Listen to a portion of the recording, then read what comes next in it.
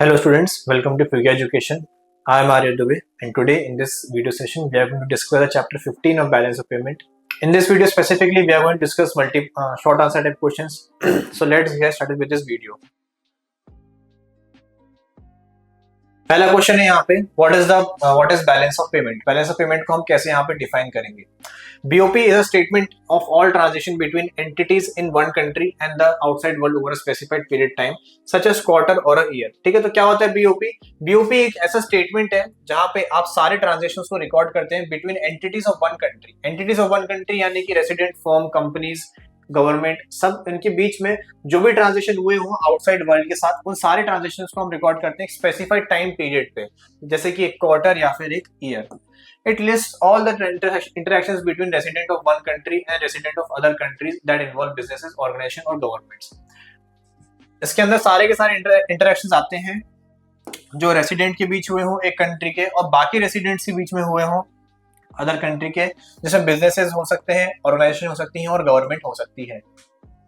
Balance of payment include all the economic transaction which involve the transfer of holding or titleship of goods and services। ठीक है, और balance of payment के अंदर किस तरह के ट्रांजेक्शन होते हैं उनको हम इकोनॉमिक ट्रांजेक्शंस कहते हैं, जहां पे transfer of holdings, title of goods और सर्विसेज भी इंक्लूडेड रहते हैं। ठीक है, तो BOP एक काफी ब्रॉड स्टेटमेंट है बिकॉज यहाँ पे उन सारे ट्रांजेक्शन को रिकॉर्ड किया जाता है जो किसी भी कंट्री की एक एंटिटी के साथ बाकी दुनिया के साथ हो रहे हैं ना, और इन ट्रांजेक्शन का जो नेचर है, ट्रांजेक्शन का जो नेचर है वो काफी ज्यादा ब्रॉड हो सकता है। अब वहीं पे जैसे हमने बात करी कि जो BOP है उसके अंदर इकोनॉमिक ट्रांजेक्शन को रिकॉर्ड किया जाता है, तो यहाँ पे सेकंड क्वेश्चन आता है कि what are economic transactions of BOP, यानी कि इकोनॉमिक ट्रांजेक्शन है क्या BOP के अंदर। Economic transactions include the activity that has a monetary effect and also involves the transfer of title और ownership of money, assets, goods and services. यानी कि economic transactions वो एक्टिविटी है जहां पे मॉनेटरी इफेक्ट एक देखा जाता है, पैसों का इफेक्ट। मॉनेटरी इफेक्ट यानी कि मनी का जो इफेक्ट है उसको देखा जाता है, जहां पे ट्रांसफर ऑफ टाइटलशिप या ownership of money, assets, goods and services होती है ना। कोई भी ऐसा ट्रांजेक्शन जिससे क्या हो, टाइटलशिप या ओनरशिप जो है वो किसी एक इंडिविजुअल से दूसरे इंडिविजुअल के पास ट्रांसफर हो जा रही है, कोई भी ऐसा मॉनेटरी ट्रांजेक्शन, उसको हम क्या बोलते हैं, एक economic transactions. This transactions can be made between individual firm and the countries government with in a country and individual firms and government outside the country. यानी कि ट्रांजेक्शंस यूजुअली किसके बीच में होते हैं, कोई भी इंडिविजुअल फर्म या कंट्री की गवर्नमेंट के बीच, किसके साथ, दूसरे कंट्री की इंडिविजुअल फर्म और गवर्नमेंट्स के साथ। नेक्स्ट क्वेश्चन आता है what are the components of economic transactions in BOP। तो हम बेसिकली जब ये चैप्टर पढ़ेंगे BOP, तो इसमें हम कौन से ट्रांजेक्शंस को इंक्लूड करेंगे इकोनॉमिक ट्रांजेक्शंस में। तो यहाँ पे चार मेनली ट्रांजेक्शन होते हैं इकोनॉमिक ट्रांजेक्शन के अंदर। पहला विजिबल आइटम, दूसरा इनविजिबल, तीसरा कैपिटल और चौथा यूनिलैटरल ट्रांसफर। विजिबल आइटम्स वो आइटम्स होते हैं जो कि टेंजिबल इन नेचर होते हैं, जैसे कि आप कह सकते हैं गुड्स एंड कमोडिटी, जिनको हम देख सकते हैं, जिनका एक फिजिकल एग्जिस्टेंस है, जिनको हम देख सकते हैं, छू सकते हैं, उनको हम बोलते हैं विजिबल आइटम्स। विजिबल आइटम्स में usually export of goods and import of goods होते हैं। ओके, और वहीं पे फिर हम देखेंगे दूसरे जो हमारे हैं इनविजिबल आइटम्स, जहां पे वो आइटम्स जिनका एक फिजिकल एग्जिस्टेंस नहीं है, जो इनटेंजिबल इन नेचर होते हैं, उनके बारे में बात करते हैं। यानी कि ऐसी ट्रांजेक्शन जिनको ऐसी सर्विसेज जिनको आप देख नहीं सकते या फिर जिनको आप छू नहीं सकते, जिनका एक फिजिकल एग्जिस्टेंस नहीं है, जैसे कि services like banking, insurance and warehousing जो है वो इनविजिबल आइटम्स के अंदर आती है। इनविजिबल आइटम्स के अंदर भी दो सब हेड्स होते हैं, एक एक्सपोर्ट ऑफ सर्विसेज और एक इंपोर्ट ऑफ सर्विसेज। फिर तीसरा आपका आता है कैपिटल ट्रांसफर। कैपिटल ट्रांसफर यानी कि वो ट्रांसफर जहां पे कोई टाइटल ऑफ ओनरशिप बदल रहा हो, यानी कि आप कोई जो एसेट्स हैं उसको इफेक्ट कर रहे हो या लायबिलिटीज को इफेक्ट कर रहे हो। Any change in assets and liabilities of a particular transaction, वो आपके किसके अंदर आ जाएंगे, कैपिटल ट्रांसफर के अंदर।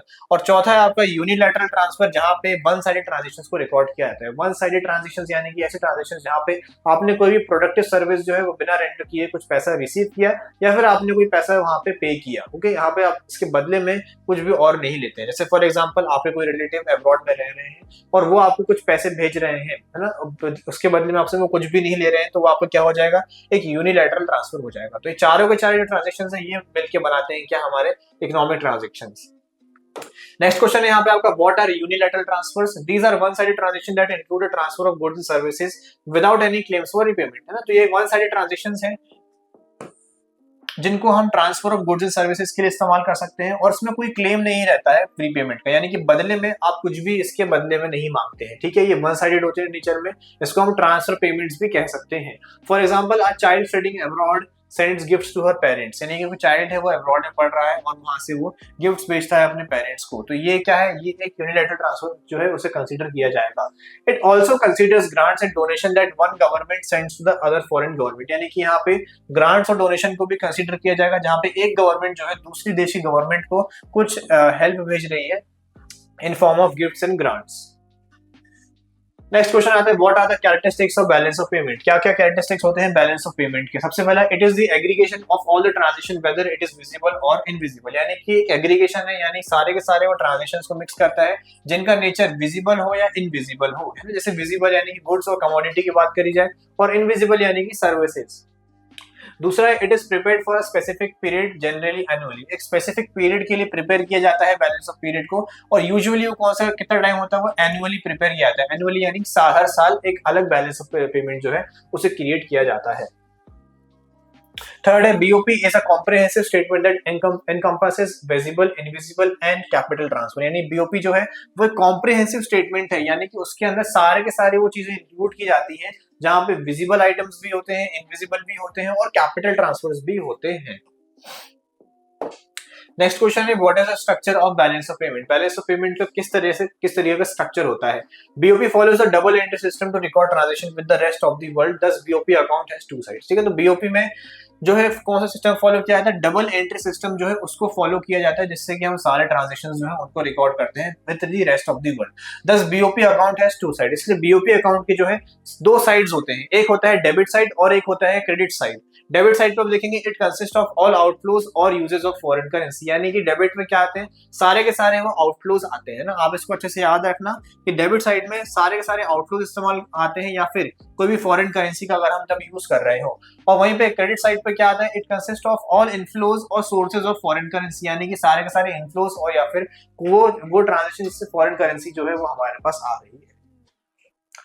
BOP is a self-balancing account like trial balance. It also follows the double entry system, but in reality there are cases when it is not equal. Thus BOP can be, ठीक है। तो BOP जो है वो एक self balancing account है, यानी वो खुद को अपने आप ही बैलेंस कर लेता है, जैसे ट्रायल बैलेंस होता है उस तरीके से। पर कभी बार कुछ केसेस होते हैं जहाँ पे BOP जो है वो हमेशा बैलेंस्ड नहीं रहता है। तो पहले हम देखेंगे तीन अलग अलग केसेस होते हैं BOP के। सबसे पहला बैलेंस्ड BOP, जब क्रेडिट साइड इक्वल होता है किसके, डेबिट साइड के, तो हम इसको बोलते हैं बैलेंस्ड बीओपी, और इसको यूजुअली आइडियल भी बोला जाता है, यानी कि किसी भी कंट्री की इकोनॉमी के लिए यही आइडियल बैलेंस ऑफ पेमेंट होता है। लेकिन हमेशा जरूरी नहीं कि बीओपी जो है बैलेंस्ड रहे, कुछ दो अलग केसेस देखने को मिल सकते हैं। सबसे पहले आपका सरप्लस बीओपी, जब क्रेडिट साइड ज्यादा हो, when credit side is more than debit side, तो आप बोलेंगे सरप्लस। यहाँ पे इस केस में क्या होगा, सरप्लस का मतलब कोई चीज ज्यादा हो जाती है। हम यहाँ पे ज्यादा बात करें इनफ्लोज की, यानी कि यहाँ पे इनफ्लोज जो है वो ज्यादा है किससे, आउटफ्लोज से। सिंपली कहा जाए तो क्रेडिट साइड जो है वो ज्यादा है किससे, डेबिट साइड से, तो आप इसको बोलेंगे क्या, सरप्लस है।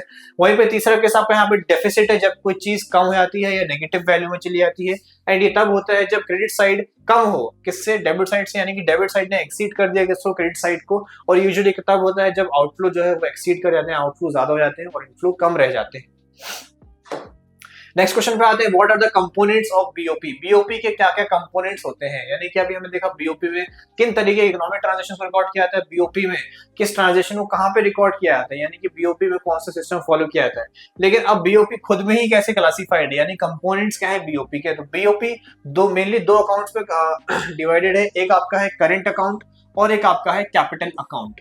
करेंट अकाउंट के अंदर आप मेनली चार ट्रांजैक्शंस रिकॉर्ड करते हैं। पहला export and import of goods, दूसरा export and import of services, तीसरा यूनिलैटरल ट्रांसफर्स, और चौथा income and receipts and payments, यानी इनकम रिसीट्स एंड पेमेंट जो भी आपको आपके फिक्स्ड एसेट से मिल रही है, यानी जो भी अर्निंग्स है वो, ठीक है। तो ये चार चीजों को हम रिकॉर्ड करते हैं कैपिटल अकाउंट, करेंट अकाउंट में। यूजुअली यहाँ पे जो भी अकाउंट ट्रांजेक्शन को रिकॉर्ड किया जाता है वो रिकरिंग इन नेचर होते हैं। वहीं पे अगर हम कैपिटल अकाउंट की बात करें तो कैपिटल अकाउंट के अंदर बोरोइंग्स एंड लेंडिंग्स, यानी कि किसी से लोन लेना और किसी दूसरे को लोन देना, इन्वेस्टमेंट्स करना कहीं भी किसी फॉरेन कंट्री में, और तीसरा change in foreign exchange reserve, change in foreign exchange reserve, यानी कि जो भी कंट्री का फॉरेन एक्सचेंज रिजर्व है उसमें से फॉरेन एक्सचेंज को विड्रॉ करना या फिर उसको एडिशन करना। ओके, तो यहाँ पे तीन चीजें जो है ये आपके कैपिटल अकाउंट में आती हैं। और वैसे ही सिमिलरली हमने पढ़ा कि बीओपी में डबल एंट्री सिस्टम फॉलो किया जाता है, तो करेंट अकाउंट में भी एक डेबिट साइड होता है अलग और एक क्रेडिट साइड होता है अलग, और सिमिलरली कैपिटल अकाउंट में भी इन तीन ट्रांजैक्शंस के लिए एक डेबिट साइड होता है अलग और क्रेडिट साइड होता है अलग। Explain current account in BOP. तो करंट अकाउंट को हम कैसे डिफाइन करेंगे बीओपी के अंदर? Current account refer to the account which record all the transaction that relate to actual receipts and payment of visible items, invisible items and unilateral transfer during a specified period of time. Okay, तो यहाँ पे आपको definition दी गई है current account की। Current account वो account है जहाँ पे वो सारे ट्रांजैक्शन रिकॉर्ड किए जाते हैं जो एक्चुअल रिसीट्स एंड पेमेंट्स हो। रिसीट एंड पेमेंट यानी रिसीट्स यानी जो भी आपकी अर्निंग्स है, पेमेंट्स जो भी आपके एक्सपेंडिचर है, किन किन आइटम से related, visible item, invisible item, unilateral transfers, वो भी एक स्पेसिफाइड पीरियड ऑफ टाइम के दौरान। It is a statement that record the trade of goods and services and current transfer during a specified period. यानी कि एक statement है जहां पे trade of goods and services को रिकॉर्ड किया जाता है और करंट ट्रांसफर्स को एक स्पेसिफाइड पीरियड ऑफ टाइम के अंदर। In simple words, current account focuses on transition related to tangible items, यानी कि उन ट्रांजेक्शन पे फोकस किया जाता है जो टेंजिबल आइटम्स है यानी कि गुड्स, इंटेंजिबल आइटम सर्विसेज, और वन साइडेड ट्रांजैक्शंस यानी कि यूनिलैटरल ट्रांसफर यानी गिफ्ट्स एंड सर्विसेज। नेक्स्ट है आपका explain capital account in BOP. It comprises all the transaction which has a direct और indirect impact on assets and liability of the country और government which regard to outside world. यानी कि ऐसे transactions जिनका direct या indirect impact है किस चीज पे, किसी भी कंट्री की गवर्नमेंट के एसेट्स और लायबिलिटी पे। Okay, under this transactions like loans and investment are recorded among the country and the outside world. यानी कि इस ट्रांजैक्शन के अंदर लोन्स और इन्वेस्टमेंट्स को रिकॉर्ड किया जाता है, लोन्स एंड इन्वेस्टमेंट्स को रिकॉर्ड किया जाता है among country and the outside world. जो भी ट्रांजैक्शन हुए जिसने लोन्स एंड इन्वेस्टमेंट को इफेक्ट किया हो दो कंट्री के बीच में, वो transactions. A capital account includes those transactions which cause a change in the assets और liability of a country residents और इट्स गवर्नमेंट। यानी कि वो ट्रांजैक्शंस जो किसी भी कंट्री के एसेट्स और लायबिलिटी को इफेक्ट कर रहे हैं उनके रेसिडेंट्स या फिर वहां की गवर्नमेंट को। तो आप देख सकते हैं नेक्स्ट क्वेश्चन में यहाँ पे what are the balances on current account. अब करंट अकाउंट में क्या बैलेंसेस होते हैं, यानी करंट अकाउंट में हमने देखा कंटेंट क्या होता है, करंट अकाउंट में किन किन ट्रांजैक्शंस रिकॉर्ड किया जाता है। लेकिन अगर देखा जाए तो करंट अकाउंट के बैलेंसेस डिफरेंट बैलेंसेस कैसे हैं। तो पहले हमने दिया है करंट अकाउंट सरप्लस। ये करंट अकाउंट कब सरप्लस में रहेगा, जैसे हमने देखा बीओपी सरप्लस में होता है, और बीओपी सरप्लस में और डेफिसिट में रहना एक बहुत जनरल टर्म है, बिकॉज बीओपी जो है वो सब डिवाइडेड है फर्दर दो अकाउंट्स में, करंट अकाउंट और कैपिटल अकाउंट। यानी करंट अकाउंट का भी अपने अलग सरप्लस और डेफिसिट हो सकता है और कैपिटल अकाउंट का भी अपना अलग सरप्लस और डेफिसिट हो सकता है। करंट अकाउंट कब सरप्लस में रहेगा, जब क्रेडिट आइटम्स की वैल्यू ज्यादा रहेगी डेबिट आइटम्स से। Shows net inflow of foreign exchange, यानी नेट इनफ्लो हुआ है फॉरेन एक्सचेंज का। एक्सपोर्ट्स ज्यादा है किससे, इंपोर्ट से of goods and services. Implies that country lends to outside world, इसका मतलब कि कंट्री जो है वो आउटसाइड वर्ल्ड को लोन्स दे रही है ना। इससे ये हमें समझ में आता है जब करंट अकाउंट सरप्लस में होता है। वहीं बैलेंस्ड करंट अकाउंट की अगर बात करें तो बैलेंस्ड करंट अकाउंट कब होगा, जब क्रेडिट आइटम्स इक्वल हो जाएंगे डेबिट आइटम्स के। Indicates inflow is equal to outflow, जितना इनफ्लो हो रहा है उतना ही क्या हो रहा है, आउटफ्लो भी हो रहा है, और जितने एक्सपोर्ट हो रहे हैं उतनी ज्यादा क्या हो रहे हैं, इंपोर्ट भी हो रहे हैं। और करंट अकाउंट डेफिसिट कब होगा, जब जब हमारा डेबिट साइड ज्यादा होगा किससे, क्रेडिट साइड से। Shows net outflow of foreign exchange, यानी कि ओवरऑल जो फॉरेन एक्सचेंज है वो आउटफ्लो यानी बाहर जा रही है इकोनॉमी के। Exports are less than imports of goods and services, import ज्यादा है किससे, हमारे एक्सपोर्ट से। और क्या इंप्लाई करता है, implies the country borrows from the outside world, यानी कि इसका मतलब कि कंट्री जो है वो आउटसाइड वर्ल्ड से पैसा जो है वो बोरो कर रही है। तो ये अलग अलग तीन तरह के बैलेंस होते हैं हमारे किस पे, करंट अकाउंट में। ओके, सो आई होप आपके सारे क्वेश्चंस जो है समझ में आए होंगे। अगर आपको इन क्वेश्चंस के रिगार्डिंग कोई भी डाउट होता है तो अपने डाउट जो है वो कमेंट सेक्शन में पूछ सकते हैं। ऑल्सो इसी सेम फॉर्मेट में मैंने बाकी चैप्टर्स को भी इस चैनल पे कवर किया है, तो आप चैनल पे जाके प्लेलिस्ट चेकआउट कर सकते हैं and download the future education app today and also don't forget to like share and subscribe. Thank you.